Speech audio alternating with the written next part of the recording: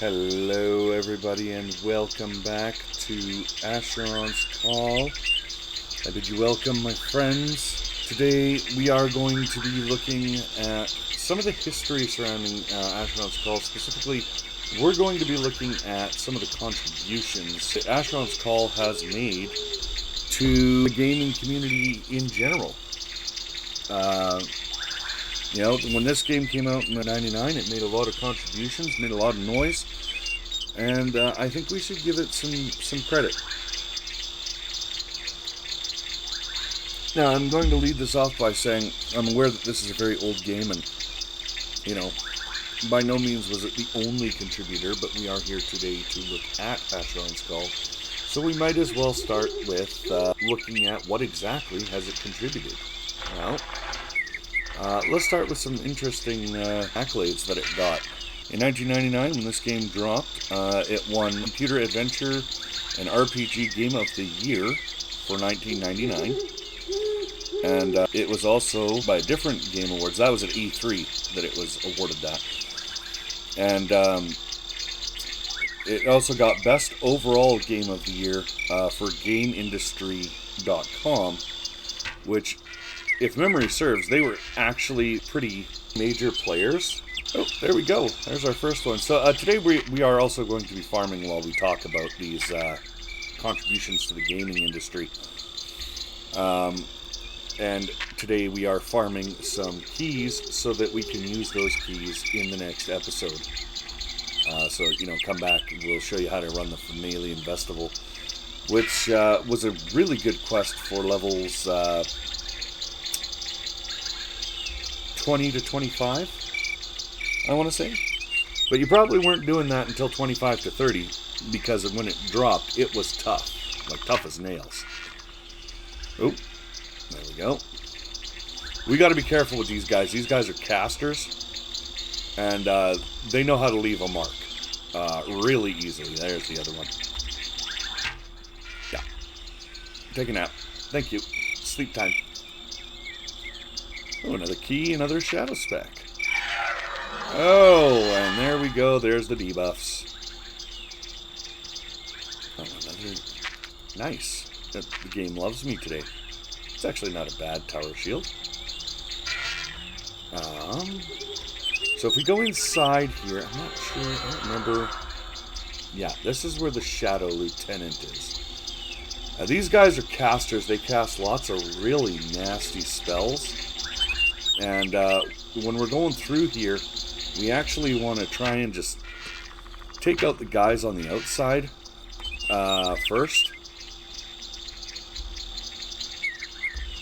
And try and leave the guys on the inside for later, because they will mess us up. I'm not even kidding. Amulet of the Void. If we were running a Void Mage, we would actually be grabbing that.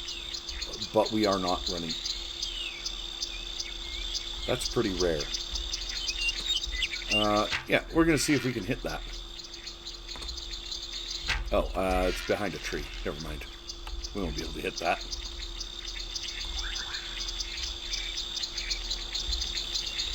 Oh!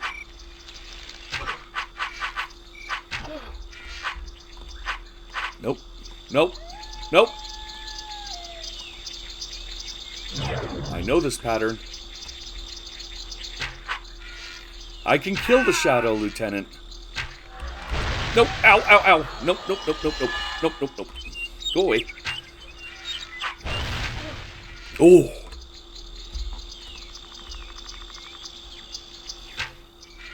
Oh, got him right between the... There we go. We're going to leave the one that's in there. Sturdy Iron Key. Ooh, a call key.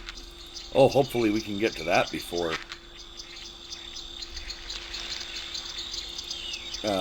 the series ends. Ooh, those are some nice looking Seldons. Anyway. So yeah, we're going to be gathering keys while we chat, as it were. But this game made a lot of significant contributions to the industry, and when we talk about things that the game did, we're talking about things that it paved the way. It helped pave the way for the developers that would follow eventually in their footsteps, creating their own games, that sort of thing. And, we're going to have a look at that. So, that's a better bow. I'll take that. Thank you. Nice. Extra melee defense never hurts. So, it won Game of the Year from a couple of different companies. But what does that mean? Well, it was good enough, obviously, to, be a favorite game. But why was it good enough? Right? That it always comes down to the why, doesn't it? Especially when you're talking about, historically significant things. Yeah, we'll take that. We're just going to destroy it, but, that's okay. Drain the mana? Yes.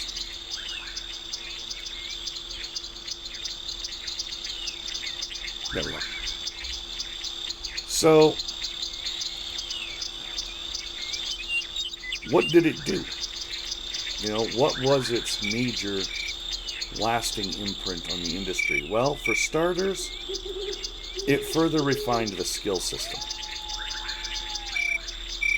And when I say that, RuneScape had a skill-based system. You use your skills, you get better at them. It was often a grind. People didn't like doing it, but they did it, obviously, because they had to, right? But if you look at this game, we... oops, that's the wrong button. You can level up your stats, as we've been doing. You can level up your skills, but they're both entwined, right? The thing is, you don't just get experience from, attacking stuff. Like, if you attack something with a crossbow, you don't just get crossbow experience. You get general experience as well.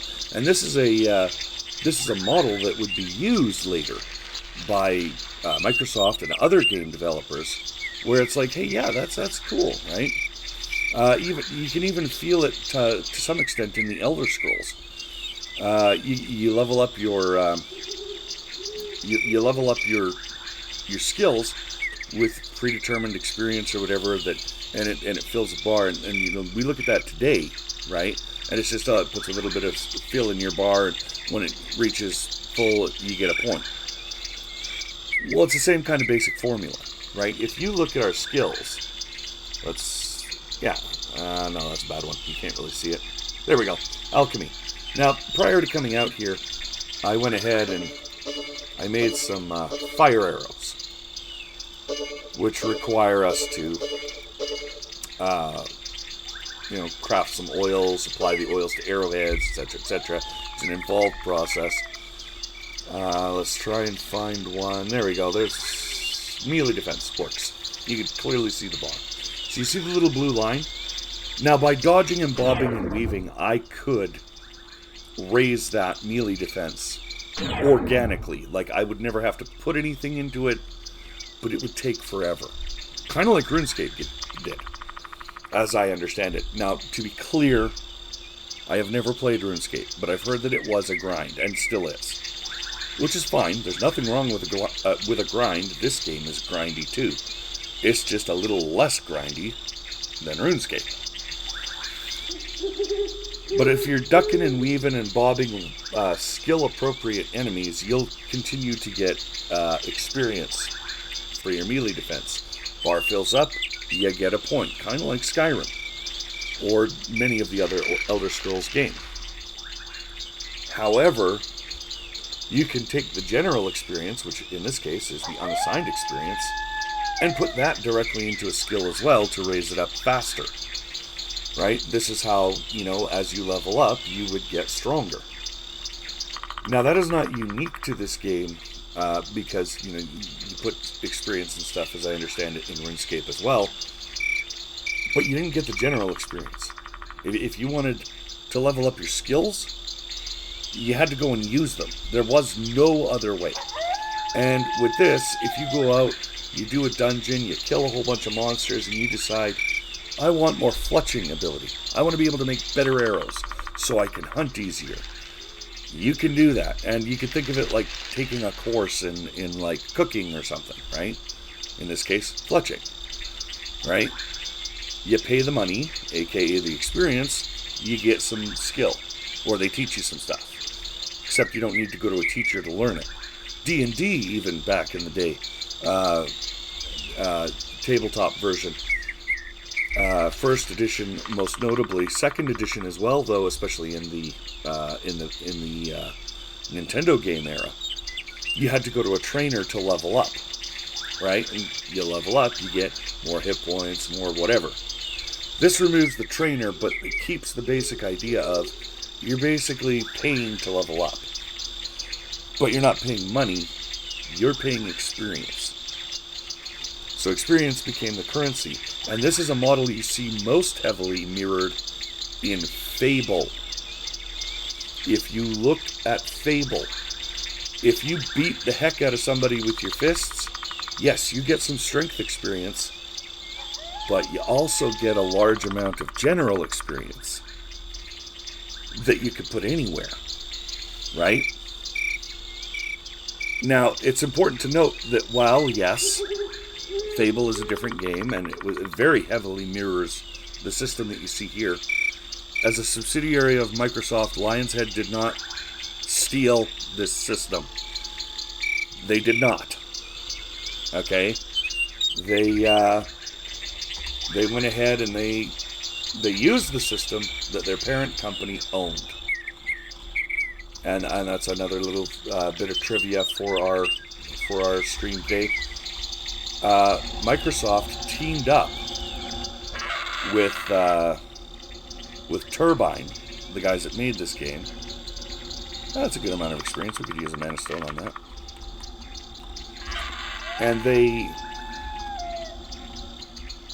And they used the system that they owned equally, which is fine. I don't have a problem with that. Honestly, I like the system. It's a good system. It's a solid system. You go out, you get some experience, you spend your experience, and you do better. And I think that's, something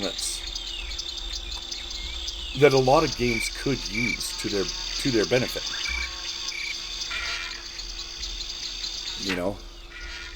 Because there's more than one way to play, as it were. And I don't think this column likes us much.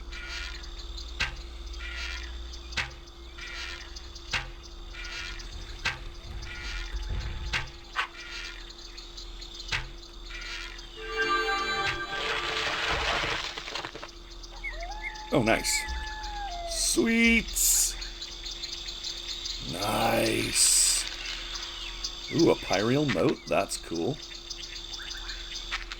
Plate mail pauldrons of two-handed, or two-weapon, or two-handed, something like that. Mastery. Not something we're particularly interested in, but keep it in mind. This area respawns on a 5-minute timer. And we're going to go and we're going to try and get... Well, actually, we have a whole bunch of keys, don't we? I actually got more keys than I know what to do with. There's no way we use that many Fenmilian keys.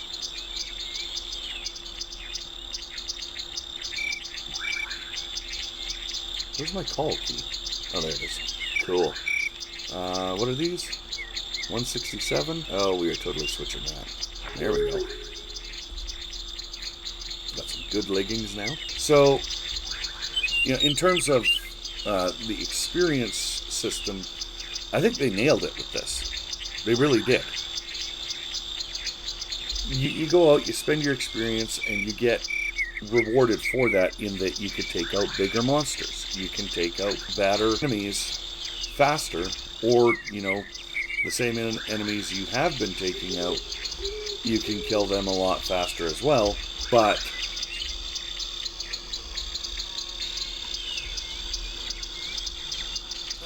regardless, in either case... nope, we're not getting around that way. In either case... Oh, yeah, no, we're not playing with that.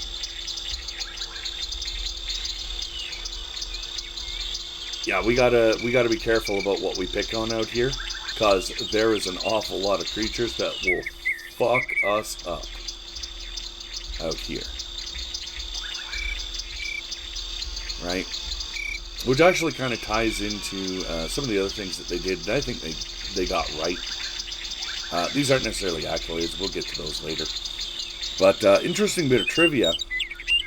Do you know how big Skyrim is? Now, on a conservative estimate, it is about, I believe it was 3,000 kilometers big. 3.5. Like if you were to put it to scale. Which is fine. That's pretty respectable. That is very, very respectable. But I did some digging, guys. Would you believe that this map right here, the one that we're looking at, all these towns and everything else, if you were to put this to scale, this would be anywhere between 804 square kilometers, or for my American friends, that is 310 miles, square miles, okay, conservatively. That's at the smallest. That's what somebody mapped out at one point. However, at the biggest, it could be 13 to 1,500 kilometers square, which I do not know how big that is, but it's pretty much double the size that I just gave you, I think. Let's say a nice 550 square miles in actual space. Like if you were to blow this up, put it to scale, anywhere between 804 to 1,500 kilometers, or 310 to about 550 square miles, which according to Google is massive. I'm gonna read you the smaller numbers. So the conservative number that I gave you tells us that is the size of the main island of Singapore or the Dominican Republic. Okay? At the largest, we are looking at a total size of up to half of the state of Rhode Island.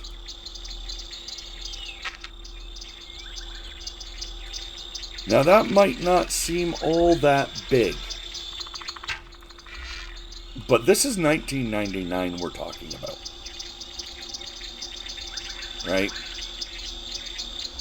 Now, on a conservative level, I have heard potential sizes for, say, Skyrim being about 34 kilometers.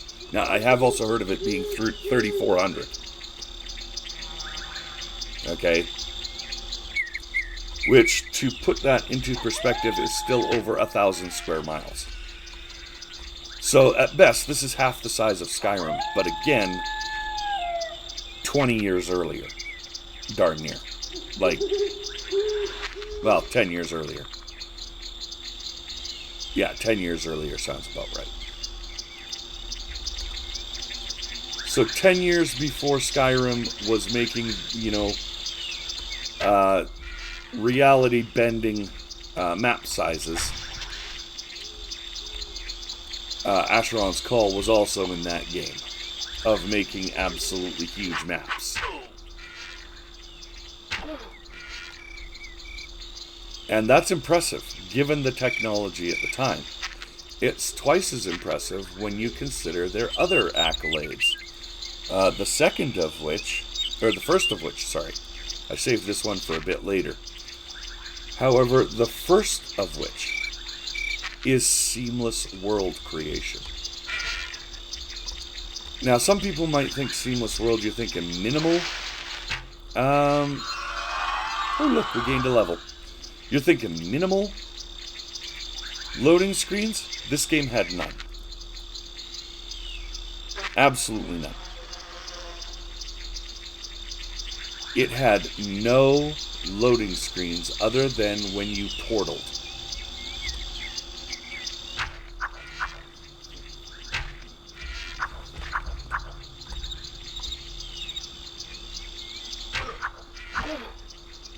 Oh, nice. Oh, look, we got another key. Yeah, we'll have to try that one. I think that might be one of our end of series. We'll have to try the call. I've never done the Cornelian vestibule, but it's not too different from the Fen, I hear. But anyway, seamless world. Absolutely seamless. You can go anywhere on this world map. You will never have to go through a loading screen. Unless you are required to take a portal. I want you to think about that. 1,500 square miles to scale.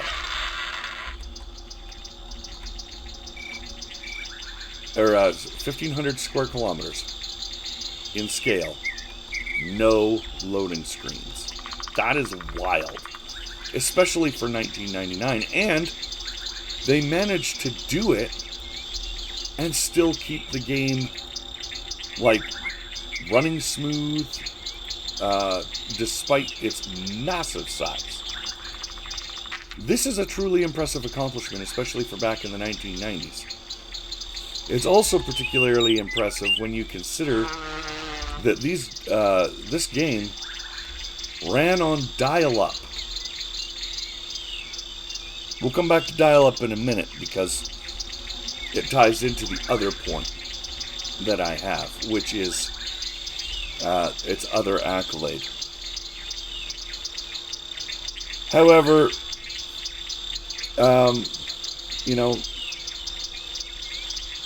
the scope of this game and the contributions, they showed that you could make large world games that ran smoothly. They proved it because they did it, which is something that nobody was doing at that point, right?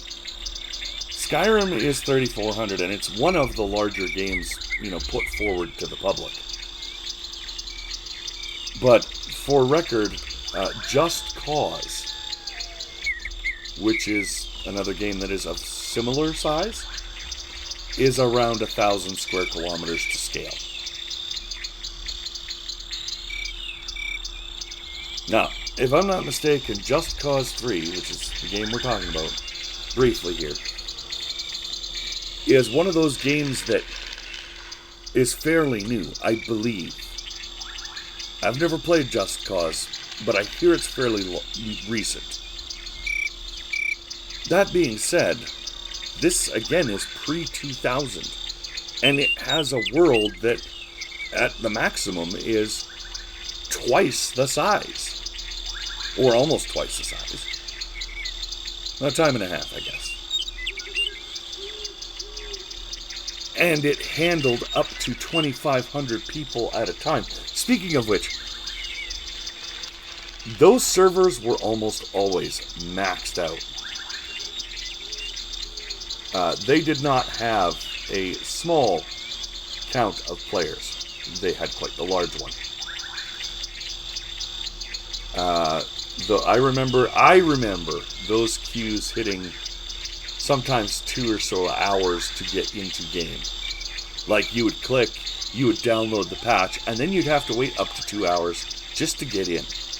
That's wild, man. That is wild. It is absolutely mind-boggling, right? And to bring it all around again, this game ran on monthly patches, and I remember periods of time where there was like 2 or 3 smaller patches, like at least every other week, where you would get a new dungeon or something tied to the event that was happening that month, right? And this was almost every single week, which is also something that blows your mind. when you consider it was all done over dial-up. Now, I've said that a couple of times, and I apologize to those of you who I just triggered PTSD in. Because dial-up was no joke. It was slow, like really slow. 56 kilobytes per second. Slow. And for those of you that are unaware, our internet currently runs in gigabytes per second. 1 gigabyte is 1,000 megabytes. And 1,000 megabytes makes up a kilobyte. So we were running internet at about a millionth of the speed that we're used to today. This is how we downloaded all our patches. This is how we downloaded all our, information. It's what we connected to when we were trying to play games, the few of them that ran on the internet. And there wasn't many. There wasn't a ton of them. There was only a few that I can remember. Right? I was 16 at the birth of the internet. I grew up in the before time.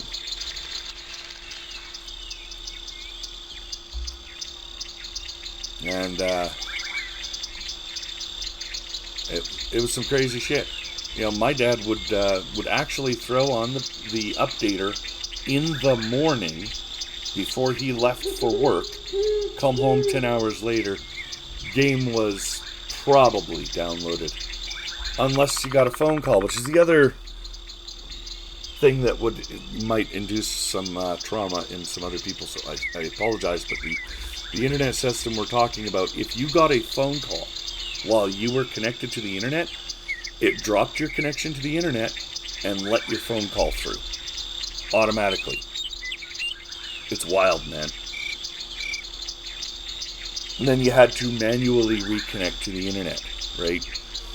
And that's the thing, right? In the before times, you didn't automatically connect to anything. You were not always connected to the internet. Your router was not always pinging the web because you weren't always connected. You actually had to manually connect your computer on your end. And then, and only then, would it start talking to the interwebs.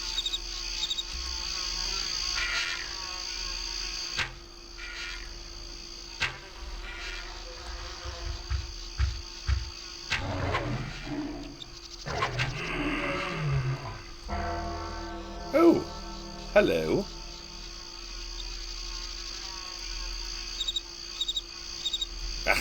Person attunement. Garbage. Garbage! Ooh, I can take this. Somebody's armor level around. Interesting. So, yeah. The internet was an entirely different animal when we were growing up. And amidst all that, you had this massively multiplayer game that had a server max of 2,500 people at a time coming in to play and challenge the big guys at the table. And it did a pretty good job, honestly. Now, my understanding as to how they accomplished this seamless world is, well, you see it here.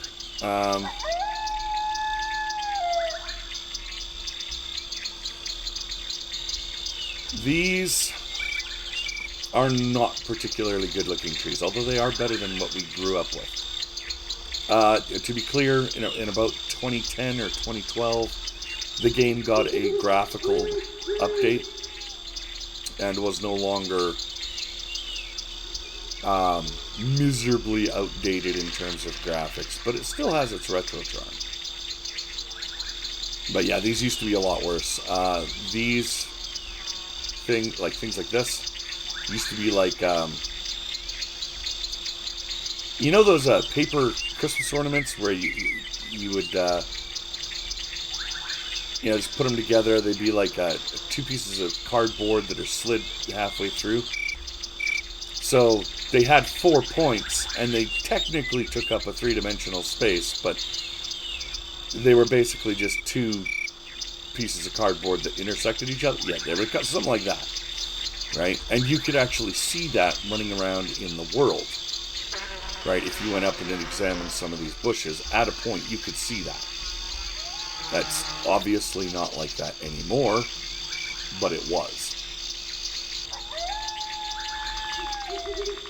I think I have enough keys. I actually don't think I need to farm any more keys. We even got 2 call. I do want to stick around and see if we can get another call key, because that would mean I don't have to come back here and farm another one. Lieutenants are the easiest thing to kill that drop the call keys, so if I could get those keys in advance, I'd like that. Yeah, we'll stick around for one more spawn. Like I said, I think they're on a 5-minute timer. It feels like it's slow today.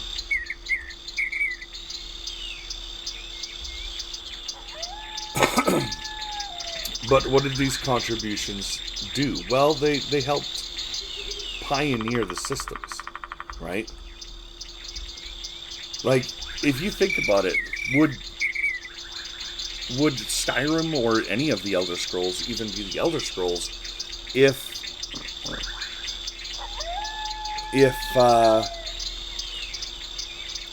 they didn't have the skill-based system that they have? Probably not. I would reckon not. Right? But we have those systems because someone else dared to try them out. Right? Elder Scrolls, granted, they improved it, maybe even perfected it. But somebody else had to run it first. I believe that in terms of the experience system, RuneScape may have piloted, and I believe that there was a substantial revision in the Asherons Call MMO, and that is what led us to the kind of the systems that we have today. Live updates. Nobody had live updates. Nobody was doing that. And the reason for that was, again, tied to the kind of internet that we had at the time. Because we didn't have solid connections all the time. I'm going to take the Shadow Shard. I don't need another key. I don't want another key. Not another one of those, anyway. Because we didn't have solid connections to the internet that were, like, really reliable, it tended to be a lot of, we'll do this in the base game, we'll send this out, and if the game is popular enough, we'll give it an expansion pack, think StarCraft, right? And at that point, we can attempt to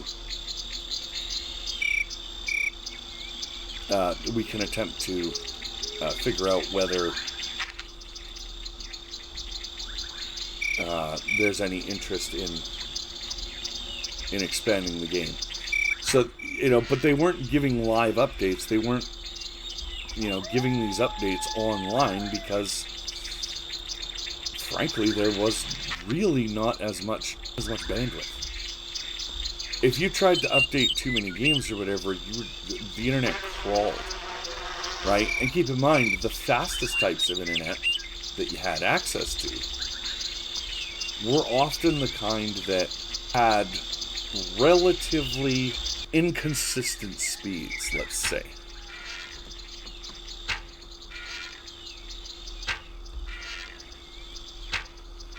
So So, for example, if I was going to connect to the internet and try to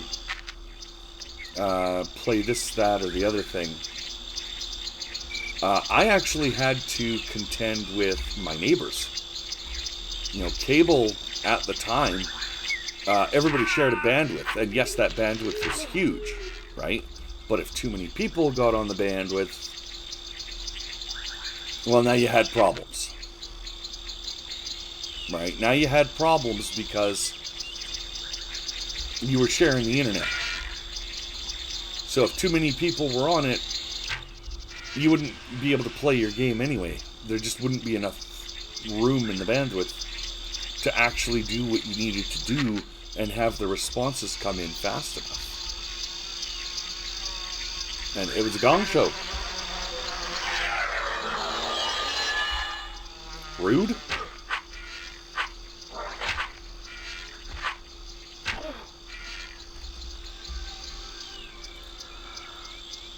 That being said, you know, not everybody was on the internet all the time.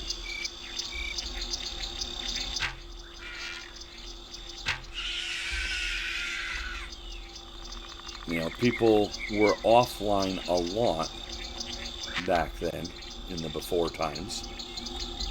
And we tended to go outside more, touch a little bit more grass.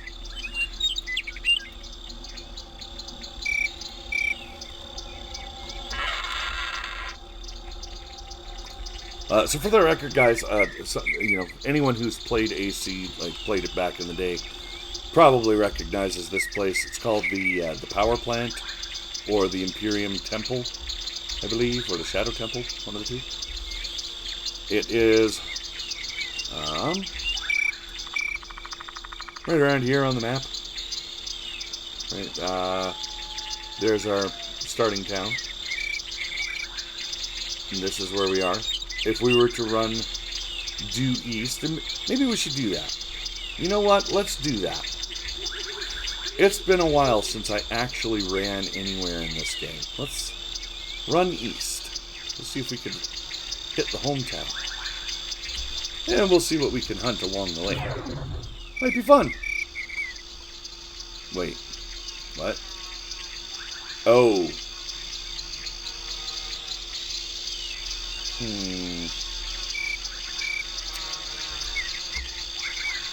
Yeah, no, we're not doing that. Not today. Okay, we're actually gonna recall.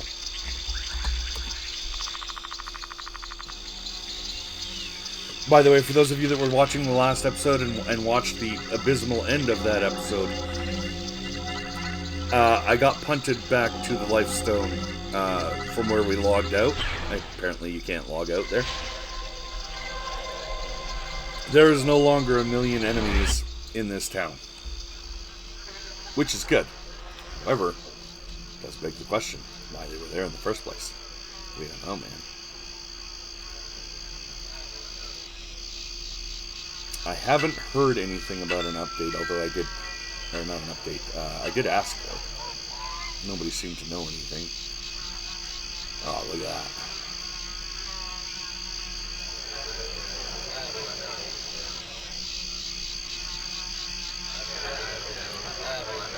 For those of you that are wondering what I'm doing, these are shadow fragments.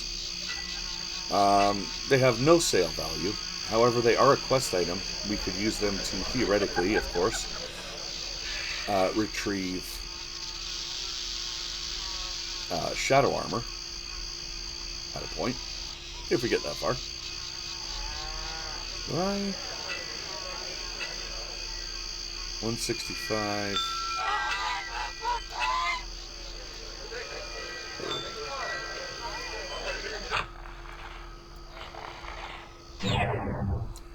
By the way, this is the nature of how you upgrade things in AC. You find something, you put it on. Alright. Let's see.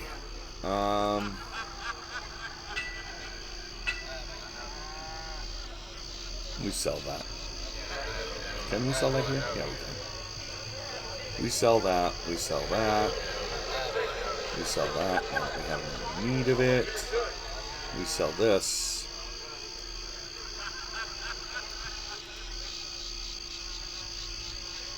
Yeah, okay.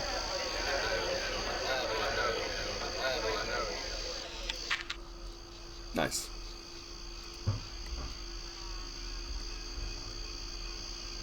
Sweet. If you can hear that out there, I apologize. I think they're actually clearing the street. So unfortunately, there's not really anything I can do about that. Right. So it won Game of the Year for those reasons and more, I'm sure. But there was some big hitters, if I remember correctly. And when you look back at it, it's actually kind of amazing that it won the accolades that it did, because, you know, thinking back on it, it's like, you know, was it that good? I think it was, right? And it kind of ties into something else I'd like to talk about. At the end of the day, we have a weapon stand? Sure we do, but you're not selling anything cool. Cooking items, alchemy items. Wow, okay. Okay. Yeah. Okay, this guy sells some very strange stuff. Interesting.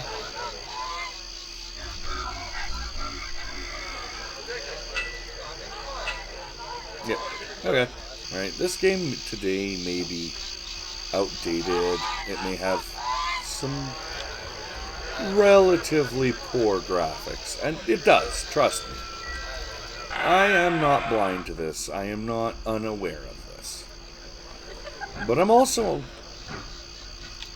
You have to respect it. You know? Because all of those things that we're so used to seeing today, you know, sharp graphics, you know, fast load times. This was one of those games that inspired it. You know, it made it so that it had to be, basically. And I think that's kind of important, right? It's kind of important to remember, because it wasn't always that clean. It wasn't always that available, I guess is probably the word. Because it hadn't been around yet. Like, it hadn't been invented yet. And I think that should make us stop and think, to be honest. You know, some of these retro games, you know, people might talk about them once in a while. But especially when it's like a gaming history relevant thing, you gotta pay the piper. You gotta give the respect, right? These guys took a huge world and a way more involved story. Added an experience system that was very robust. The experience system is one of the reasons it got so many accolades. Like, this just was not a thing. Nobody was doing this back then. And I think we should, tip our hat a bit and realize gaming would not be the same if this game had not been developed. If it had not been tried and tested.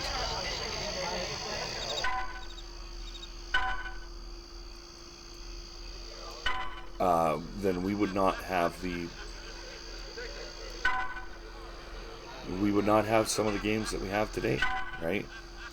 Like, RuneScape was really one of the only people that was, doing an experience-based level purchasing system. And now we have, Skyrim. We have, we still have RuneScape, right? But we've got all these different games that use something that came from it. And we have an entire series of games based around, you know, experience purchasing. Right? An entire series. In the Fable games. Right? Is it a good play today? Well, I don't know. Honestly, I love the game. But I'm one person, and it's a piece of my late childhood, early adulthood. Right? For me, it's nostalgia. So I'm always going to say that, I think it's worth playing. But I do think on even a baseline level, it's worth playing as a, just as a game. I don't think that, this game can just be, dismissed or discarded. I think, its very existence and the fact that it's still being talked about even today, right? I think that's important, and I think it's an indicator of maybe something that we should look at, right?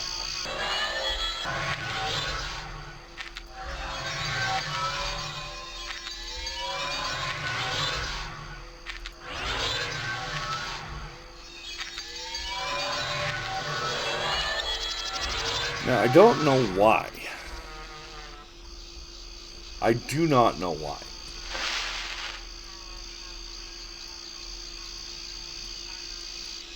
But for whatever reason, the Halloween thing appeared. The hell?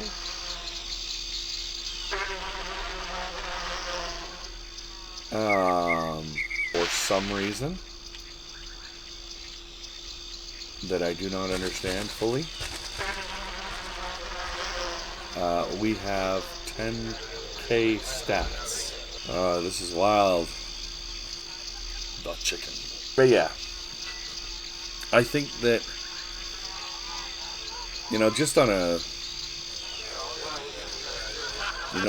historical standpoint, the fact that nobody was doing this stuff, I think we need to extend some thanks, extend some love to some of these retro games, because some of them did things that nobody else was doing, nobody else had done. And, yes, some of them reached a little too far. But at least they tried, And it showed us what we could do. So I think we're going to leave it there for today. We got plenty of regening to do, and it's going to take us a while to get there. I'm going to be honest with you, but if you're enjoying the series, do drop a like and a subscribe. Not just to this series, but check out some of the other series on the channel.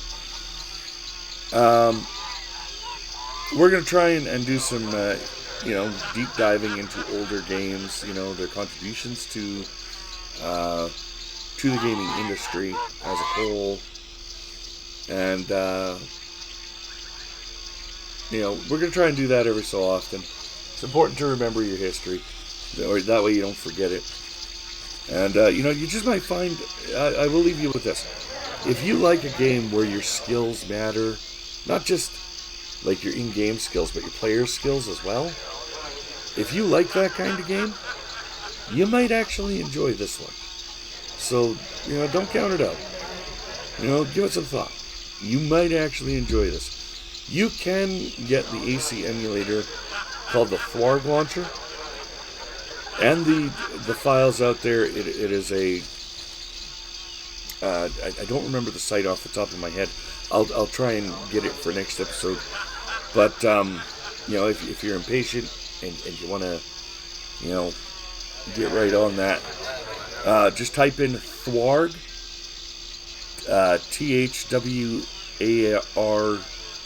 THWARG launcher, and it should take you to like the Asherons Call site, where you can get the game files and you can get the launcher itself. And there are a ton of helpful install videos. It's real simple. Just follow the step-by-step. It'll take you 5 minutes, if that. And, this piece of gaming history, I think it should be remembered. And next episode, we'll look at some ways, in my opinion, that I think maybe we could bring this game, screaming into the current landscape, because really, it's a solid game. The mechanics are all there. All it needs is a few bits of love. And we'll get into that next episode. So until next time, don't let the drudges bite you. And we will see everyone here in the next video, where we do both the Fenmelian Vestibule and I ruminate on how I think we could bring this into the present. Thank you for watching. Y'all have a great day.